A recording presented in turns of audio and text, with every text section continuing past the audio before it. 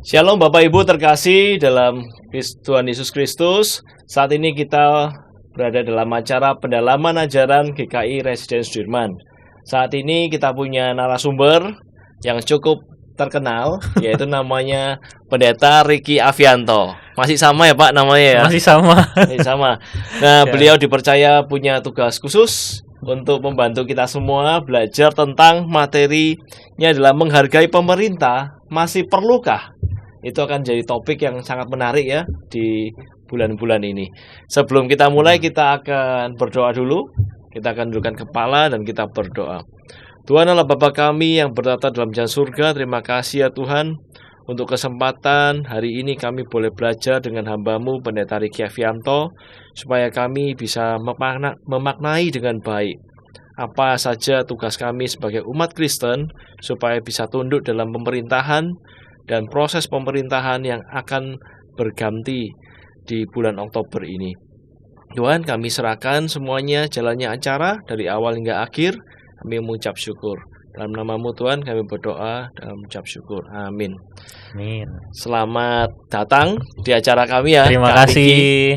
Ko Edo, terima kasih Bapak Ya. Ibu, saudara-saudari semua. Kak Ricky, Ya. ini di bulan Oktober ini cukup menarik karena kita akan berganti kepemimpinan. Benar. Dari Pak Jokowi menjadi Pak Prabowo. Iya. Nah, tapi juga ada pepatah juga yang tanya dinasti dan lain sebagainya. Tapi ada juga yang tidak menyetujui pastinya kan. Nah, makanya tema kita adalah menghargai pemerintah. Masih perlukah? Nah, ini buat kubu-kubu yang nggak suka dengan 02 misalnya seperti itu ya. Oke. Atau sekarang 03 atau bagaimana ya. Nah, mungkin ada ayat Alkitab yang mau dibacakan dulu sebelum kita masuk lebih dalam ya. Oke. Jadi Bapak Ibu, saudara-saudari juga Ko Edo ya. Sebenarnya ayat ini cukup viral waktu kemarin pas masa-masa kampanye pemilu itu. Jadi cukup sering ayat ini dikutip gitu ya. Jadi Roma 13 ayat 1 saya bacakan buat kita semua. Roma 13 ayat 1, tiap-tiap orang harus tunduk kepada para penguasa yang di atasnya, sebab tidak ada penguasa yang tidak berasal dari Allah. Para penguasa yang ada ditetapkan oleh Allah.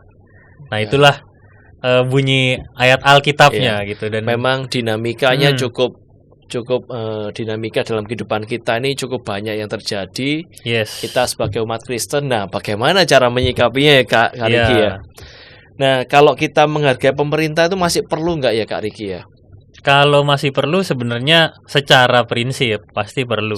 Cuma seringkali kan yang terjadi di kehidupannya kita sekarang ini, ada kebijakan-kebijakan pemerintah, ada sosok-sosok yang kemudian juga menurut kita ini harus diwaspadai karena bisa jadi pemikirannya dia, cara dia mengambil keputusan itu bisa mengubah semangat bangsa dan negara ini dan seterusnya. Nah, itu yang seringkali benar-benar jadi bikin kita jadi betul-betul bertanya. Kalau tadi temanya menghargai pemerintah, kalau pemerintahnya baik-baik saja, maka semua orang pasti akan dengan sukacita mengatakan masih perlu. Tapi kalau pemerintahnya tidak baik-baik saja, nah masih perlukah? Nah, itu yang sebenarnya jadi arahan kita buat kita bisa memberikan sikap yang tepat terhadap kondisi pemerintahan di negara kita. Ya, betul sih Pak Ricky. Apalagi kita harus punya peran yang aktif dalam mendukung pemerintah, tapi juga sejalan dengan firman Tuhan. Yes, jadi harus sejalan gitu ya. Dan itu yang sebenarnya kan yang jadi pegangan kita sebagai orang Kristen. Apakah sikap kita gitu kan? Tentu dasarnya adalah firman Tuhan. Gitu. Nah, tujuan tema kita, nah ada 3 ya Kak Ricky ya. Iya. Nah, mungkin Kak Ricky bisa kasih snapshotnya, singkat ceritanya 3 tujuan kita ini. Iya, jadi tujuannya supaya kita bisa dapat penjelasan yang cukup jelas tentang relasi gereja dengan pemerintah yang selama ini dibangun, dan juga apa yang terjadi di dalam Alkitab kita. Lalu juga kita dari situ bisa melihat bahwa ada kasih Tuhan yang hadir dalam kehidupan berbangsa dan bernegara, dan juga kita akhirnya bisa menentukan sikap yang tepat nih ketika kita mau memberikan dukungan terhadap pemerintahan yang ada di dalam kehidupan kita sekarang ini. Nah, kalau kita bicara tentang konteksnya sejarah ya Kak Riki ya, hidup bersama dengan pemerintah itu zaman dulu kota Roma ya cukup terkenal ya. Iya, dan itu yang jadi konteks bacaan kita sebenarnya, yang di Roma 13. Jadi kota Roma ini adalah pusat kekaisaran Romawi. Sejak masa itu sudah dikenal di dalam sistem pemerintahan. Nah, termasuk dalam pembangunan kota dan pemerintah dan masyarakatnya. Nah, mungkin Kak Riki bisa cerita sedikit nih. Ya, jadi kalau kita bicara tentang wilayah kekuasaan Romawi itu dari zamannya Yesus itu kan sudah ada gitu. Bahkan kalau kita bicara siapa pemimpinnya kan disebutkan ya di Alkitab kita ya, zamannya Kaisar Agustus itu dia dilakukan sensus penduduk waktu zamannya Yesus itu. Dan itu kan Kaisar Agustus yang waktu itu memimpin gitu. Dan pada saat itu ketika Roma yang jadi ibu kotanya wilayah kekuasaan Romawi ini jadi pusat sistem pemerintahan, maka Kaisar Agustus itu justru menjadi seorang kaisar yang menyatakan kebangkitan agama di kota Roma. Kalau orang-orang Roma itu biasanya kalau yang asli orang Roma itu dulu ya memujanya pada dewa gitu. Jadi bukan ketika masuknya orang-orang Yahudi baru kemudian mereka mulai mengenal Allah gitu. Ketika mereka mengenal Allah, lalu ada Yesus Kristus hadir di tengah kehidupan mereka jadi Mesias. Nah, itu sebenarnya mengubah mengubah struktur keyakinan yang ada di wilayah Romawi gitu. Sehingga akhirnya waktu Kaisar Agustus ada, terjadi kebangkitan yang disebut kebangkitan agama di Roma, lalu Agustus juga berperan sebagai pemimpin agama negara. Lalu dia dikasih gelar kok sebenarnya gitu. Jadi dikasih gelar Pontifex Maximus. Jadi satu-satunya yang dapat Pontifex Maximus itu Kaisar Agustus. Karena dia berhasil mengembalikan kehidupan beragama. Iya, karena dia berhasil mengembalikan kehidupan beragama. Tapi uniknya Kaisar Agustus tuh nggak mau sama gelar itu. Jadi dia nggak memakai gelar itu di namanya. Jadi tetap dia pakai nama Kaisar Agustus itu. Karena dia nggak mau ketika gelar itu ada pada dirinya, maka orang-orang kemudian jadi menyembah dia. Nah, dia nggak mau itu gitu. Jadi itulah yang bikin Kaisar Agustus itu namanya jadi naik gitu. Jadi terkenal sampai saat ini ya. Tapi setelah era Kaisar Agustus bagaimana Kak Riki? Nah, kalau kekaisaran itu kan bukan periode ya. Kalau kayak di Indonesia kan periode siapa berganti. Nah, ini sampai mereka meninggal gitu. Jadi digantikan oleh Kaisar Claudius. Nah, yang makin seru waktu Kaisar Claudius itu memimpin, maka muncul pertentangan orang-orang Yahudi sama orang Kristen. Itu sehingga akhirnya orang-orang Yahudi yang ada di kota Roma ini suka memberitakan Injil, lalu kemudian orang-orang yang mau ikut Kristus juga jadi jumlahnya tambah banyak. Lalu para pemberita Injil ini mereka melakukan penginjilan, mereka memberitakan Injil itu ke dari luar Roma, terus juga masuk ke wilayah Roma. Jadi semakin menyebar gitu. Nah, persoalannya adalah Kaisar Claudius ini nggak suka sama mereka, gitu. Waktu nggak suka, maka mereka ini disingkirkan, gitu. Nah, tersisanya mereka ini yang baru-baru percaya sama Yesus, yang ada di kota Roma, gitu. Jadi orang asli penduduk setempat wilayah Romawi, mereka yang tadinya nggak percaya Yesus, sekarang percaya Yesus. Nah, sisa mereka yang suka memberitakan Injil itu diusir keluar semua. Waktu itu di zamannya Paulus ya?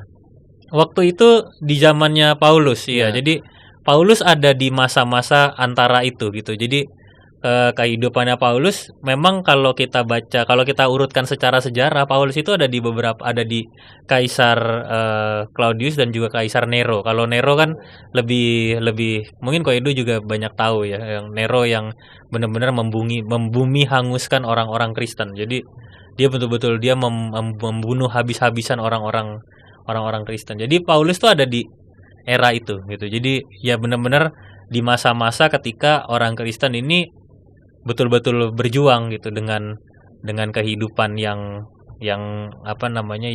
cukup berat gitu ya, ketika mau percaya Yesus, tapi orang yang bikin saya percaya Yesus malah diusir keluar dari wilayah Roma, dan wilayah Roma kan besar sekali kan, dan itu kalau diusir keluar dari situ berarti udah jauh sekali, udah nggak bisa terjangkau. Nah, gitu. saat itu Paulus mungkin memberikan nasihatnya kepada pengikutnya seperti apa, Kak Riki? Nah, menariknya gini, waktu Paulus menulis surat untuk jemaat di Roma, Paulus itu tidak selalu ada di wilayah Roma, tidak selalu ada di kota Roma.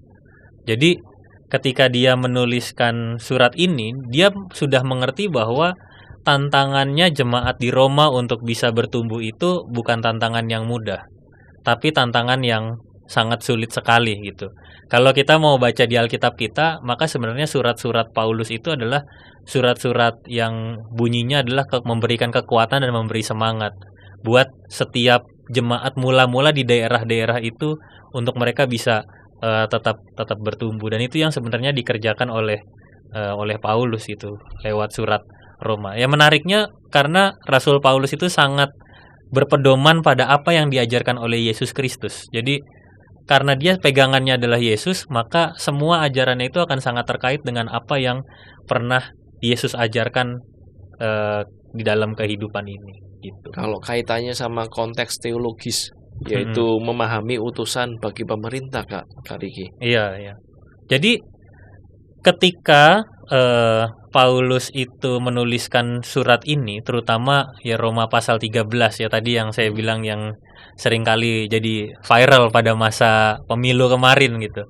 Jadi ayat 1 dan 2 itu sebetulnya mau bicara tentang gimana tetap benar-benar setiap orang Kristen itu, semua orang percaya itu enggak menaruh rasa benci terhadap pemerintah gitu, enggak menaruh rasa pesimis, nggak menaruh rasa kecewa terhadap pemerintah gitu. Sekalipun kalau kita belajar nih kok, jadi kan kalau kita belajar tadi konteks sejarahnya ya, ini orang Kristen kan sakit hatinya harusnya luar biasa, bener nggak sih? Itu dengan semua dengan semua hal yang terjadi pada mereka gitu. Dasarnya bukan suku tapi dasarnya agama gitu. Semua kebijakan yang tadi saya sebutkan, kebijakan-kebijakan yang dasarnya agama gitu. Kalau kamu kalau kamu percaya Yesus, kamu keluar dari wilayah Roma. Begitu Kaisar Nero, kalau kamu percaya Yesus, maka kamu hari ini juga akan dihabisi nyawanya gitu. Jadi semua kaitannya dengan agama. Jadi kalau ditanya ya misalnya tunduknya tuh karena apa? Apakah karena pasrah itu dengan kondisi? Ya kasarnya daripada saya mati mending saya tunduk gitu. Tapi bukan itu semangatnya Paulus. Tapi Paulus mau ngasih tahu bahwa di tengah berbagai tekanan yang ada, dia mau ngasih tahu yang pertama bahwa pemerintah itu adalah utusan dari Tuhan. Jadi kalau memposisikan pemerintah sebagai utusan dari Tuhan, maka sebenarnya yang paling tinggi itu adalah Tuhan. Itu yang nomor 1 paling tinggi itu Tuhan. Tuhan mengutus orang-orang yang ada di pemerintahan. Maka itu kalau sebagai rakyat, sebagai orang yang tinggal di kota Roma, ini kan Paulus ngomongnya kepada mereka jemaat di Roma gitu ya kok. Jadi kepada orang-orang di Roma, kalau Paulus ngomong ini, itu berarti artinya bukan sekadar tunduk sama sosok orangnya, tapi justru tunduk pada otoritas Allah. Jadi Tuhan memakai pemerintah buat menghadirkan ketertiban dan kedamaian, betul, dengan cara memerintah rakyatnya gitu ya. Dengan mengatur pemerintahan yang ada gitu. Sehingga akhirnya pola berpikirnya adalah kalau kita ada di tengah lingkungan pemerintahan itu, maka mematuhi pemerintah itu sama dengan kita mematuhi orang yang diutus oleh Tuhan gitu. Jadi itu yang mau dituju gitu. Jadi Paulus justru tidak menyarankan ketaatan buta ya, artinya tunduk tuh bukan benar-benar pokoknya pemerintah ngomong apa tak ikuti aja guys gitu, bukan, tapi benar-benar kita punya prinsip ya, dan prinsipnya adalah Tuhan pasti pakai pemerintah ini untuk menghadirkan ketertiban dan kedamaian gitu. Itu yang pertama.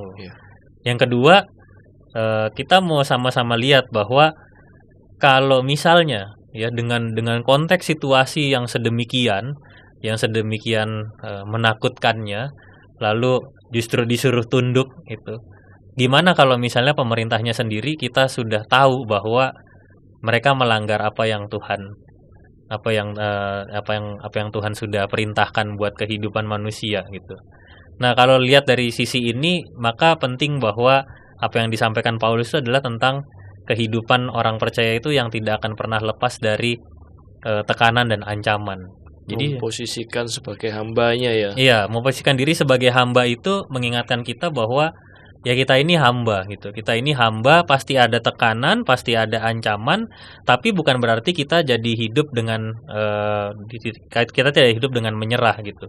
Justru ketika ada dalam tekanan itu kita sama-sama belajar bahwa Paulus itu memberikan pesan supaya kita selalu ingat bahwa kita ini hidup bersama dengan pemerintah yang ada. Jadi nggak boleh diabaikan gitu. Jadi karena kita adalah hamba, maka kita bukan orang-orang yang kemudian ya membenci sesama kita, membenci pemerintah yang ada gitu. Nah ini sebenarnya sejalan sama surat Paulus yang buat di jemaat Roma di pasal yang lain, di pasal 14 dan 15 itu kok kan Paulus tuliskan tentang menolong mereka yang lemah. Jadi ini sebenarnya bunyi pasal ini bukan hanya untuk jemaat yang lingkup kecil ini, tapi juga untuk mereka yang kemudian nanti membaca surat Roma ini, yang adalah orang-orang yang ada di pemerintahan itu juga gitu. Jadi kalau menghayati kuasa Tuhan adalah kuasa yang utama dan hadir menyelamatkan, maka tugasnya orang percaya adalah tunduk pada perintahnya dan terus berjuang di tengah berbagai tekanan gitu. Nah, yang ketiga, kita makin tahu bahwa sebenarnya yang memberikan keselamatan itu adalah Allah. Jadi Allah yang menyelamatkan. Ini pokok teologis yang disampaikan oleh Paulus terhadap pemerintah. Ya, jadi Injil itu ketika hadir di tengah pemerintahan itu sebagai penyataan dan misi, yang artinya bahwa kehadiran setiap orang percaya itu adalah sebagai wujud Allah yang mau memberitakan tentang keselamatan gitu. Jadi bukan ketakutan, tetapi justru menghadirkan sukacita. Jadi Paulus ini sebenarnya posisinya juga sangat bebas sekali. Jadi ketika ngomong tunduk, jangan-jangan Paulus ada kaitannya nih sama kepentingan politik pada saat itu gitu ya. Ternyata enggak. Paulus ini sangat bebas sekali dari kepentingan-kepentingan politik. Paulus hanya mempresentasikan pemberitaan Injil dalam konteks kehidupan bersama dengan pemerintah gitu. Jadi tekanannya adalah kalau pemerintahnya ternyata benar dan adil, maka orang-orang percaya juga harus tunduk, orang Kristen harus tunduk.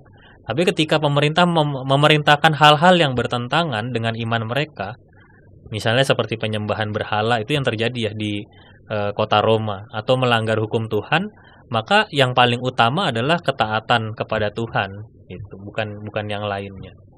Yang keempat, kita disadarkan bahwa kita ternyata selalu hidup dalam pengharapan. Jadi orang beriman selalu mampu bertahan dengan penuh harapan kepada Tuhan.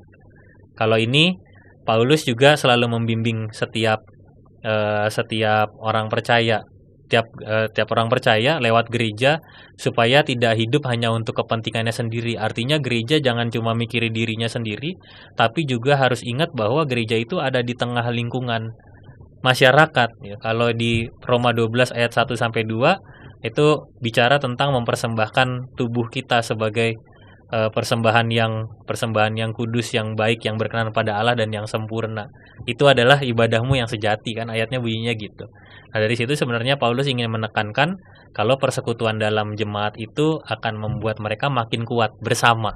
Semakin kuat ya bersama dalam Tuhan. Jadi ya. Makin ngerti bahwa ya karena ada orang lain, ternyata kita akan selalu punya harapan gitu. Jadi sebenarnya kalau Roma 13 ayat 1 ini adalah bagian dari ajarannya Paulus yang menasihati umat Kristen, orang-orang percaya untuk tunduk pada pemerintah, tapi juga selalu punya kemampuan daya kritis untuk bisa menghadirkan perdamaian dan ketertiban. Nah, itu yang jadi bagian yang sangat penting gitu.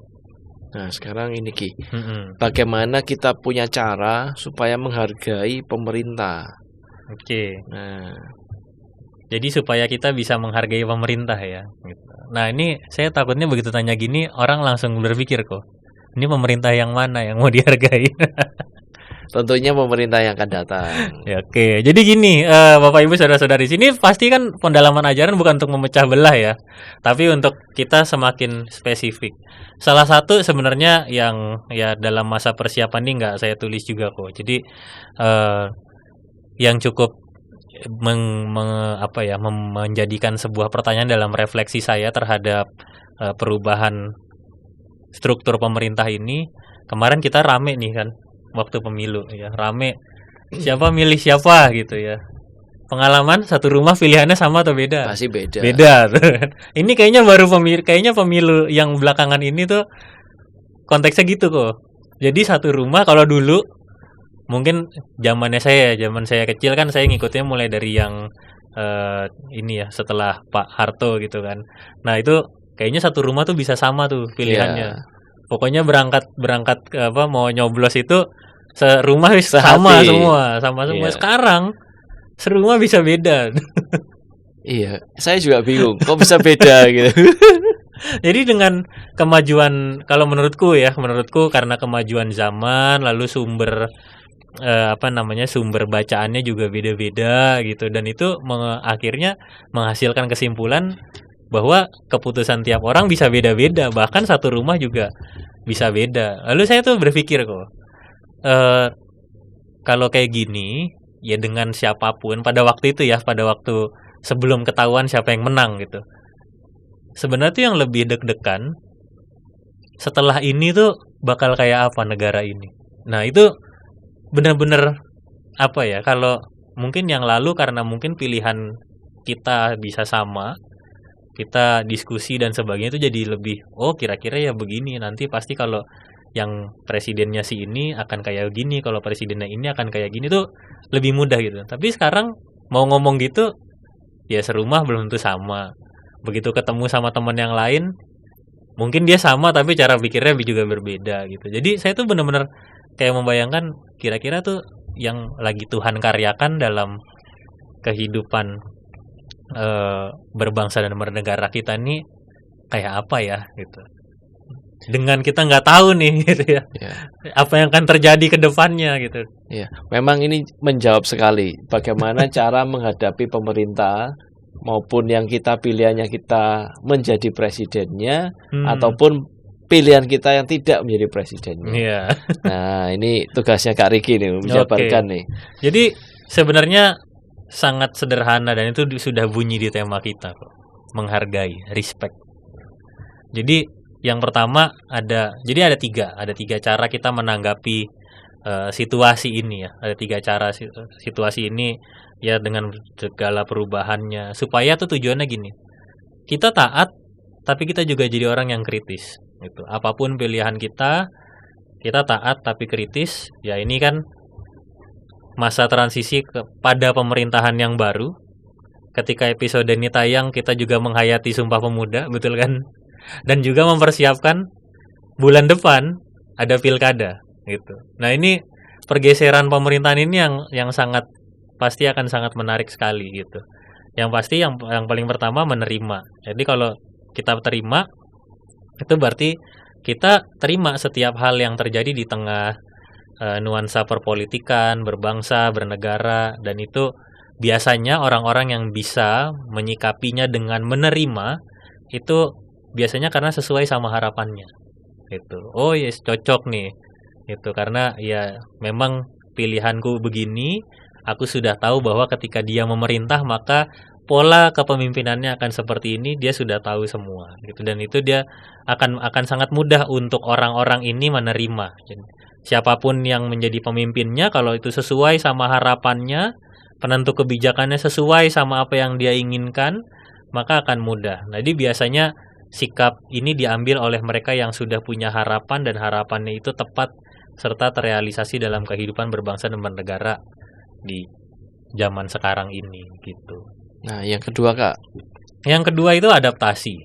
Jadi adaptasi ini menarik dan ini rasanya itu jarang sekali terjadi secara luas di bangsa dan negara kita. Jadi kalau adaptasi itu ikut merespons dan belajar untuk mengambil nilai-nilai yang baik dan benar dari setiap kebijakan yang ada.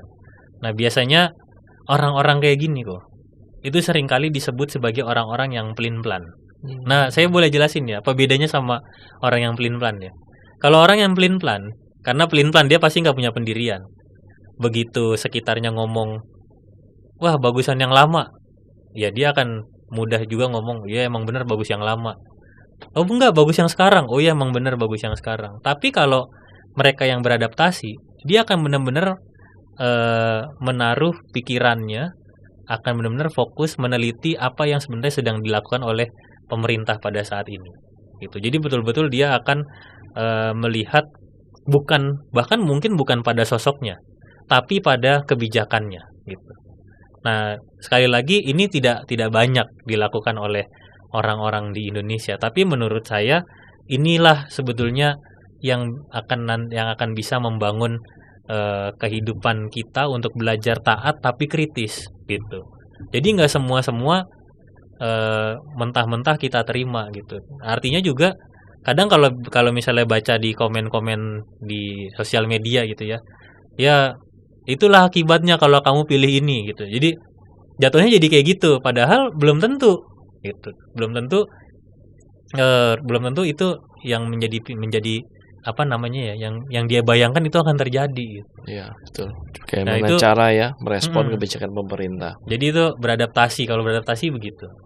Yang ketiga itu nolak. Jadi memang benar-benar berseberangan. Kalau yang nomor 1 kan tadi kan terima kan. Yang nomor 3 itu menolak. Nah, menolak itu mengambil sikap yang berseberangan. Saya ngasih highlight ya, ya. Mengambil sikap yang berseberangan. Artinya dia tahu sikap apa yang harus dia ambil. Gitu. Jadi bukan cuma sekadar kebijakannya jelek gitu. Itu bukan sikap. Sikap adalah ketika tahu bahwa oh seharusnya tuh begini gitu. Nah, itu jadi udah jelas tuh. Yang berseberangan prinsipnya apa gitu ya. Menolak belum tentu bersikeras untuk tidak menjalankan hal yang sedang ditetapkan, tapi juga beri solusi terhadap kebijakan apa yang pengen dilakukan. Yeah. Ini kalau dalam kehidupan konkret kok itu banyak sekali contohnya. Itu. Misalnya gini, 17 Agustus biasanya RT itu ngeluarin edaran masang apa namanya? Sang bendera. Sang bendera ya. Itu kan simpel banget ya. Iya. Secara normatif itu sederhana sekali. Jadi karena 17 mau merayakan kemerdekaan maka pasanglah bendera. Tanggal 1 Ki. Mulai tanggal 1 kan ya sampai tanggal 31 ya 31. Jadi sepanjang bulan Agustus itu pasang bendera ya. Gereja juga dapat tuh surat untuk himbauan memasang bendera gitu. Jadi jelas sekali. Bahkan kalau di era yang sekarang, kalau mungkin Bapak Ibu saudara-saudari nggak tahu, perhatikanlah ya di sepanjang jalan kita itu desainnya pas 17-an, desain banner itu hampir sama semua. Karena Kesekretariatan Negara itu ngeluarin satu template. Jadi desainnya tuh sama semua, harus pakai yang itu. Jadi benar-benar meriahnya tuh lebih berasa gitu. Jadi itu kan hal normatif sekali ya kok. Artinya ya pasang sebagai tanda bahwa ya kita merayakan kemerdekaan. Tapi ada 3 sikap yang bisa muncul gitu. Yang satu tadi itu ya. Iya, yang satu terima, oh ya wes tak pasang, beres gitu. Yang kedua adaptasi. Nanya sama Pak RT-nya. Ini benderanya bendera aku nggak punya. Benderanya mana yang mau tak pasang gitu. Pak RT tanya kok nggak pasang ya, soalnya nggak ada benderanya. Pak RT mau ngasih bendera tak gitu. Itu beradaptasi. Lalu kemudian ya oke, paham bahwa ini ya bagian dari cara kita merayakan kemerdekaan ya. Lalu kemudian dipasang. Yang ketiga menolak gitu. Ya tuh bahkan juga mungkin ya cuma pasang bendera doang buat apa gitu. Itu sikap itu sudah kelihatan gitu. Belum lagi ya ketika misalnya peta politik gitu ya, ada berita makin rame, itu juga ada orang-orang yang merasa tertarik untuk mengikuti berita-berita terkini tentang yang ada di kehidupan bangsa dan negara. Ada yang juga nggak terlalu tertarik. Ada juga yang kemudian ya mulai belajar yang nggak tahu, terus dia coba cari tahu gitu. Jadi itu kalau contoh-contohnya seperti itu gitu. Yang terjadi ya gitu. Atau misalnya seperti yang kemarin gitu, kalau saya boleh sebut ya, kayak kemarin kan ada gerakan peringatan darurat gitu. Darurat, ya. Nah, itu juga sebetulnya tidak semua yang yang tadinya kontra Yang tadinya kontra lalu ikut gerakan itu. Ada juga yang tadinya pro lalu kemudian ikut gerakan itu. Itu. Kalau saya bahasa sederhananya gini kok. Kita enak nonton pertandingan olahraga kalau aturannya nggak diubah kan. Iya, aturannya nggak dirubah. Kurang lebih gitu. Ya. Nah, ini kan terkait dengan 28 Oktober yaitu Sumpah Pemuda. Oke. Nah, tentunya peran orang muda dalam dinamika politik dan pemerintah. Nah, kira-kira upaya politis terkait keterlibatan orang muda ini di tingkat kepercayaan masyarakat terhadap pemerintah ini bagaimana, Ki? Oke. Kita mungkin bisa bilang bahwa, dan menurut saya kita harus mengakui bahwa tidak setebal itu gitu ya. Kita menaruh fokus kita pada untuk mikirin pemerintah gitu ya. Jadi bukan paling utama, tapi ya kadang kepikiran juga kita. Ya itu bisa diakui karena kita emang tinggal bareng-bareng bersama dengan pemerintahan yang ada sekarang gitu. Dan itulah sebenarnya kenapa dari awal tadi Paulus memberi nasihat untuk tunduk pada pemerintah. Ya artinya sekali lagi bukan menjadi orang yang apapun pemerintah katakan juga benar-benar tunduk patuh, tapi ingatlah taat tapi kritis gitu ya. Selalu memberikan kalau emang kita yakin bahwa itu keputusan yang baik berkenan buat Tuhan, maka marilah kita melakukannya bersama. Kalau kita bicara soal Sumpah Pemuda, maka sebenarnya negara ini itu tidak asing kok. Tidak asing dengan gerakan orang-orang muda. Ya, jadi negara kita itu sangat dekat sekali dengan orang-orang muda yang biasanya gencar menyuarakan ya. Kalau zaman itu menyuarakan kemerdekaan, menyuarakan keadilan dan menyuarakan kedamaian, kebenaran di tengah kehidupan bangsa dan negara. Nah, zaman sekarang sebenarnya juga gerakan-gerakan yang digagas oleh kampus atau perhimpunan mahasiswa itu bahkan seringkali dianggap sebagai gerakan yang berhasil gitu. Ketika mereka melakukan unjuk rasa dan sebagainya dianggap berhasil dalam mengubah atau juga menyuarakan aturan-aturan yang tidak tepat guna yang terjadi di tengah dinamika bangsa dan negara ini. Jadi sebenarnya kalau perannya orang muda, orang usia muda itu perannya sangat sangat kuat sekali. Nah, sayangnya mungkin belakangan orang-orang muda ini justru tidak menaruh perhatian yang sangat besar ya terhadap kehidupan berbangsa dan bernegara. Jadi itu harus belajar untuk ditumbuhkan gitu. Sesederhana bisa memberi sikap terhadap apa yang sedang terjadi di tengah situasi bangsa dan negara kita. Kalau dari muda dia bisa kayak gitu, maka semangat Sumpah Pemuda itu nggak hanya berlaku untuk orang-orang usia muda, tapi berapapun usianya, dia selalu ingat bahwa dia punya semangat untuk hidup bersama bangsa dan negaranya. Jadi kalau kita harus mengakui bahwa emang ya kita masih cukup tidak memberi ruang yang sangat besar pada kepemimpinan orang-orang muda, tapi kehadiran orang muda itu memang punya banyak pengaruh buat dinamika pemerintahan gitu. Tapi tetap yang paling utama adalah mereka yang tangguh dalam memperjuangkan kebenaran itu akan selalu didukung oleh banyak orang. Nah, itu yang sebenarnya jadi poin yang cukup penting gitu. Jadi di balik kita, daripada kita berpikir tentang nanti ada unsur kepentingan ini dan sebagainya, maka cobalah kita mulai berpikir tentang kalau ada orang yang sedang memperjuangkan kebenaran, maka itu pasti akan selalu didukung oleh banyak orang. Oke, kalau peran dalam pemerintahannya Ki, kita bisa mulai kelompok-kelompokkan nih. Oke. Jadi belajar dari tadi semua ya. Belajar dari yang tadi semua itu, maka kalau kita mau ambil peran dalam pemerintahan ini, maka ya paling awal tadi ingat berdoa bahwa dulu ya. Iya, betul. Jadi paling awal itu berdoa ya. Nah, biasanya kita ini saya sarankan juga kok, ya rekomendasi dari saya. Biasa kita kan doakan pemerintah tuh. Iya. Doakan pemerintah kita beserta jajarannya. Tapi jangan lupa doakan juga rakyatnya. Oh iya, supaya tetap kuat ya. Iya, tetap kuat. Kadang kita kalau doa soal pemerintah, kepikiran ada pemerintah bikin kebijakan begini, bikin gini gitu kan. Malah jadi ini gimana caranya gitu. Kadang orang hatinya tuh ngerasa bahwa aku harus doakan pemerintah tapi kok kebijakannya nggak pas ya sama aku gitu. Nah, tapi doakan rakyatnya kita juga doakan rakyatnya. Iya, doakan rakyatnya supaya tetap kuat. Jadi rakyat di tengah dinamika kepemimpinan bangsa dan negara ini. Dan itu buat saya rasanya itu akan jauh lebih menolong kita gitu. kita tidak lupa juga mendoakan rakyat ya, mendoakan kita. Lalu yang kedua, jadi rakyat yang berani untuk menyuarakan lewat tindakan yang benar gitu. Jadi memang ada jalur-jalur yang bisa ditempuh kalau kita merasa bahwa kita perlu memberikan masukan ya, tidak seenaknya juga, dan tetap taat pada aturan ya.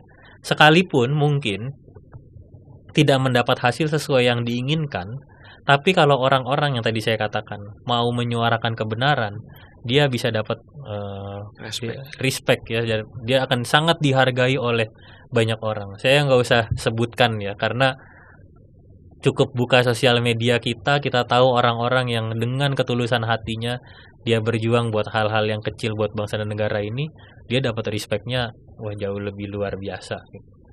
Yang ketiga, mengenali dengan baik ya. Kalau misalnya ada perubahan peta politik seperti sekarang ya, kita betul-betul kenal dengan baik siapa yang nanti akan jadi pemimpin buat bangsa dan negara kita. Nah, banyak cara yang bisa ditempuh. Misalnya kita cari tahu secara pribadi, kita cari tahu sendiri. Ada Google, ada mesin pencarian yang lain, mungkin ada seminar, ada diskusi, bisa kita ikuti. Atau juga yang menarik ini waktu kemarin pemilu ini kok, karena kan ada banyak ini ya, caleg ya. Caleg tuh nggak tahu kan itu siapa-siapa aja ya. Fotonya aja yang kita bisa lihat ya. Dan itu kan tidak merepresentasikan kita harus pilih siapa, kecuali ada yang kenal kan gitu.